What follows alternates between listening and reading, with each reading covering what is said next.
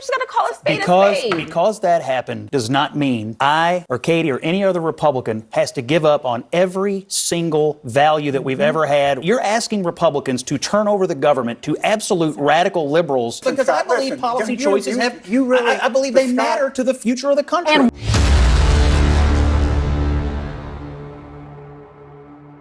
Welcome to the Dvory Darkins Show. You want to show your support? Grab yourself a t-shirt by going to the link in the description below. When it comes to American politics, we are in an interesting time to say the least. The Democrat Party of yesterday is actually the Republican Party of today. And what you're finding is these never-Trumpers who will not vote for Trump due to January 6th. You have these rhino Republicans like Mitt Romney's of the world who will not vote for Trump either. So allegedly, they're coming out and saying they're going to vote for Kamala Harris. The problem is, if Kamala Harris and her policies are going to take this country off of a cliff, where's the logic in that? I kind of want to go back to the point, though. You're asking, why have they not endorsed her? A lot of these people we're talking about are former elected Republicans. And so many of the positions they ran on and things they campaigned on, you mentioned Jeff Duncan. I'm from Georgia. He was my lieutenant governor. Yep. The things he ran on when he ran for lieutenant governor in 2018, some of them are in direct opposition to the platform. Correct. Jeff said something in his speech that actually hit, and by the way, he's our colleague, and I'm not, this is not a personal attack, but he said, he sort of inferred that if you don't vote for Harris, you're not a patriot. And I would agree with that. And I have to tell you how profoundly poorly that's going to hit a lot of Republican ears. Look, there are plenty of Republican voters who are lukewarm on Trump. Maybe they wish he hadn't run again, whatever. But to be told that your choice is, your patriotism is dependent upon your choice just because you prefer a Republican government. I thought that was a poor thing. Yeah, so let's make sure you guys are understanding what's going on here. So you got Katie Frost, who's in the red jacket, and you got Scott Jennings. Both are Republican. Both will be voting for Trump. Then you have a never-Trumper to the left of Katie Frost, this gentleman. And then you have Carrie Champion, who came from ESPN, and I guess she's now more into politics. What's the bottom line? The bottom line is they're trying to argue, due to January 6th, Republicans should be voting for Kamala Harris. Scott Jennings and Katie Frost's argument is just because January 6th happened, and even if we take your word for it, that he is 100% guilty, why would I vote for Kamala Harris knowing the policies she represents, knowing what's happened over the 3.5 years? That will actually do more damage to the country than January 6th. You just got to call a spade a spade. Because that happened does not mean I or Katie or any other Republican has to give up on every single value that we've ever had, whether it has to do with taxes or the court or any other policy. You're asking Republicans to turn over the government to absolute radical liberals over one day, and I'm not prepared to do it because I believe policy choices I believe they matter to the future of the country. And what policies are you endorsing if you endorse Kamala Harris?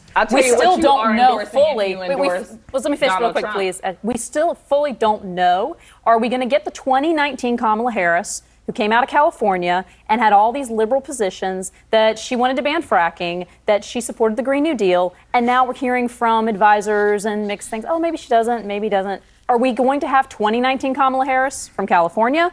Or are we going to have a new Kamala Harris who wants to win swing states and the position changes? Either one is better than Donald Trump. Oh, my God. God, people, just look at their face, right? When she's speaking, look at his face, right? Let's go back. Look at him.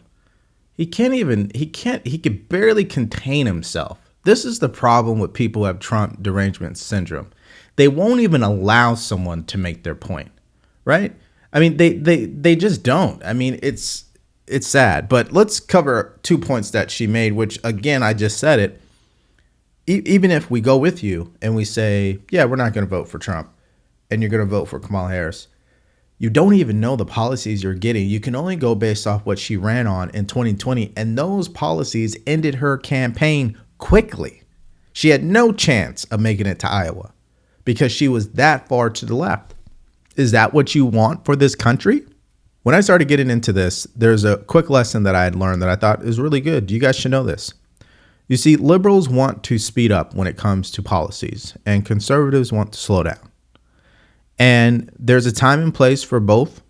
And right now, I don't think it's the time or place to be speeding off of a cliff with these woke ideology policies. It just is not good because the results are showing us that it's not good. But when you have Trump Derangement Syndrome and you're emotional and you can't see the bigger picture, you would rather take those terrible policies than to allow Trump to get back into the White House.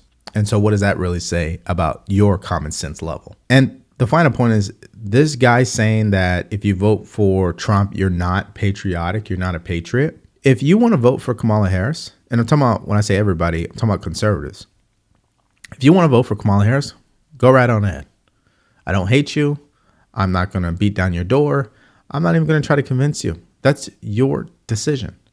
But if someone says, oh, I'm going to vote for Trump, oh my God, everybody loses their mind. Why is that?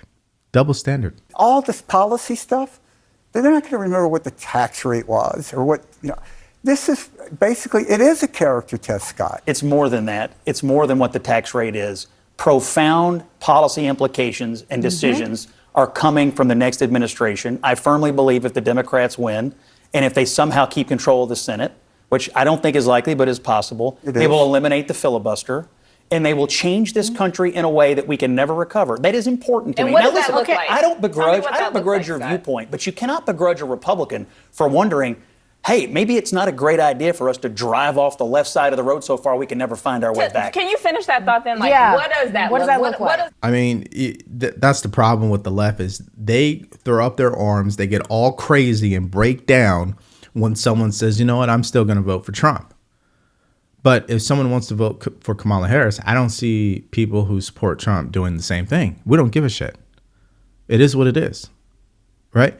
And that's the thing about these individuals, especially that gentleman who's part of the Lincoln Project, which hates Trump with a passion, by the way.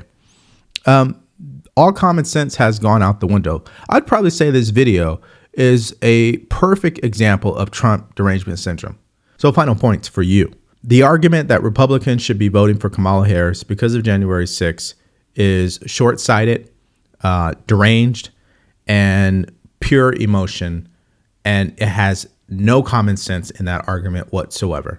When a president gets into office, either the Senate or the House will match the party that that president is representing, which means that there will be policies, there will be pieces of legislation, there will be an influence that will align with that party.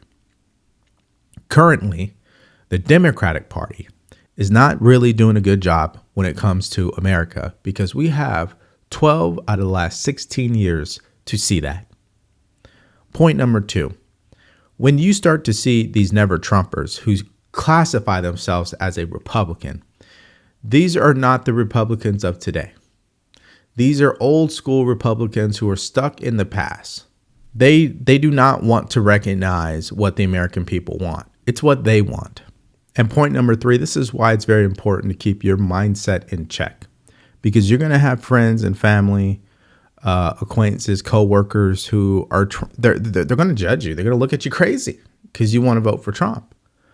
And you got to tell them, if you are going to have this conversation with them, which one do you value more, policy or personality? Right? Empty promises or results? Which one's better?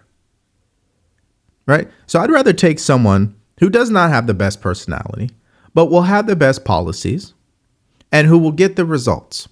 I don't want someone who has the best personality and gives me empty promises. That was Barack Obama. We learned that lesson already. Think about that. The bigger picture. Our country is speeding too quickly off of a cliff. We need to slow it down. And we need to get back to common sense. And the only person who has the people that he is connected to do that is former President Trump. And that's my mindset. What about you? What do you guys think about Scott Jennings and Katie Foster going on there and, giving these guys some common sense? What do you guys think about the emotional reaction, the backlash these Republicans are getting on this CNN panel? That they're still going to vote for Trump regardless of January 6th and all these other things they want to say that he did.